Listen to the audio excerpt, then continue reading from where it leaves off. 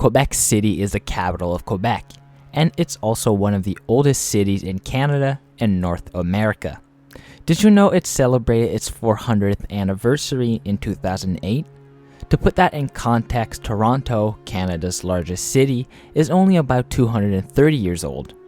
Today, I'd like to go over Quebec City's history to understand why it is the way it is and how it has managed to retain its old world character and charm throughout the years. But enough yapping, make sure you subscribe and let's get right into this. Now, Quebec City is a French city.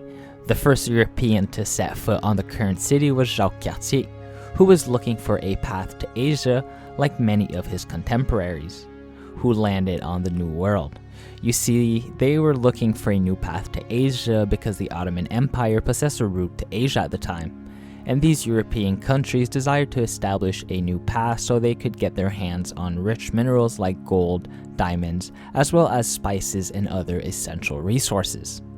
Jacques Cartier made it up to Quebec during his second trip.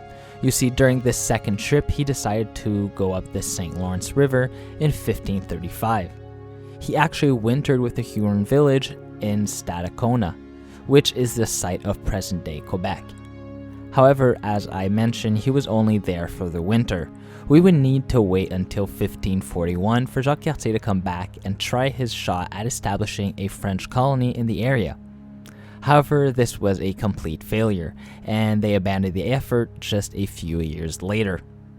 From 1541 to, 1600, there wasn't much action from the European side in present-day Quebec, because after his trips, Jacques Cartier realized there wasn't much of value in the territory. So it's pretty difficult to fund a large trip when you can't promise any returns to the nobles and kings of Europe. But this really changed in 1600 when fur became a valuable commodity used in clothing and hat making. And due to this valuable resources, this is when we see a permanent settlement in present-day Quebec, and this was done by Samuel de Champlain in 1608. Although it was only a trading post that was used to sell furs and trade them with the First Nations, who just better understood the countries and how to hunt the beavers. But as you might expect, it wasn't all sunshine and rainbows. No, far from it. The St. Lawrence and its tributaries provided the French with the finest access to North America's interior and dominance over the fur trade, an advantage that the British sought. Quebec, the protector of New France, was constantly under attack.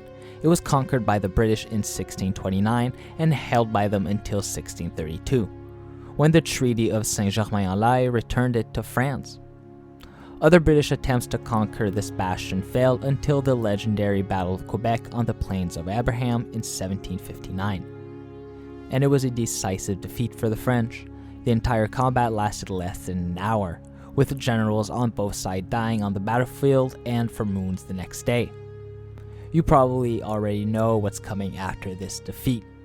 The Treaty of Paris in 1763, which granted Britain control of the majority of French territory in the New World. But unlike the usual story of British assimilation, they were actually tolerant compared to other nations, and this was pretty much caused by the American Revolution, where, fearing a French revolt, they allowed French Canadians to speak French and practice their religion, causing Quebec City to become a pillar or the center of French culture in North America. While their economy was not as large as Montreal, Quebec City remained a major economic force in Quebec and remains so to this day. However, they saw considerably more boom and bust cycles, relying primarily on forestry to power their economy until rails began to appear, connecting Quebec City to Montreal, Maine, and other important population centers.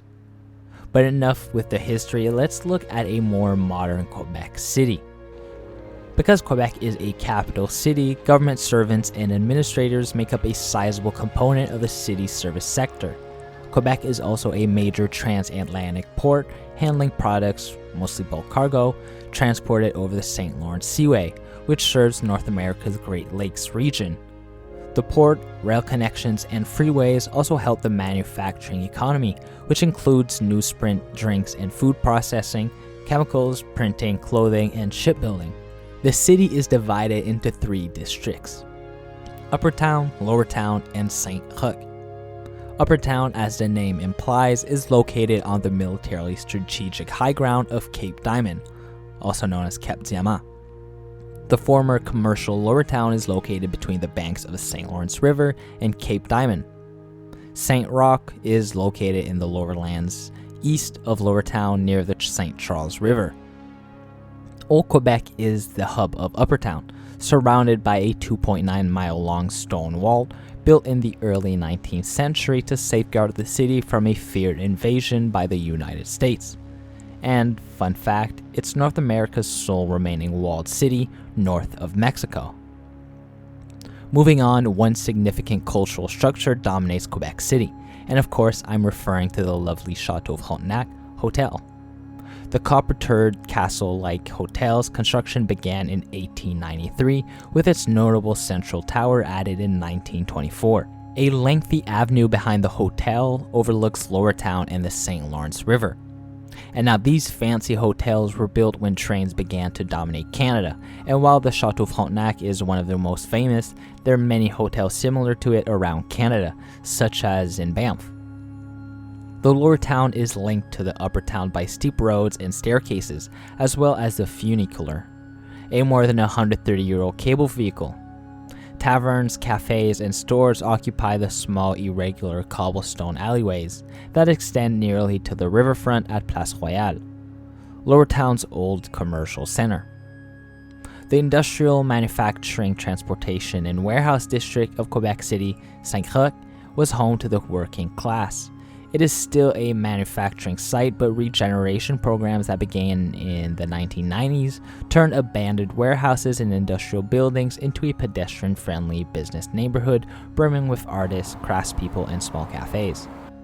The bulk of Quebec's 600,000 population are Roman Catholic and French-speaking. Nonetheless, English is widely used, particularly in tourist areas. All of this is to say that Quebec City is a true gem in Canada, brimming with heritage and culture, and I would definitely suggest everyone to go visit it.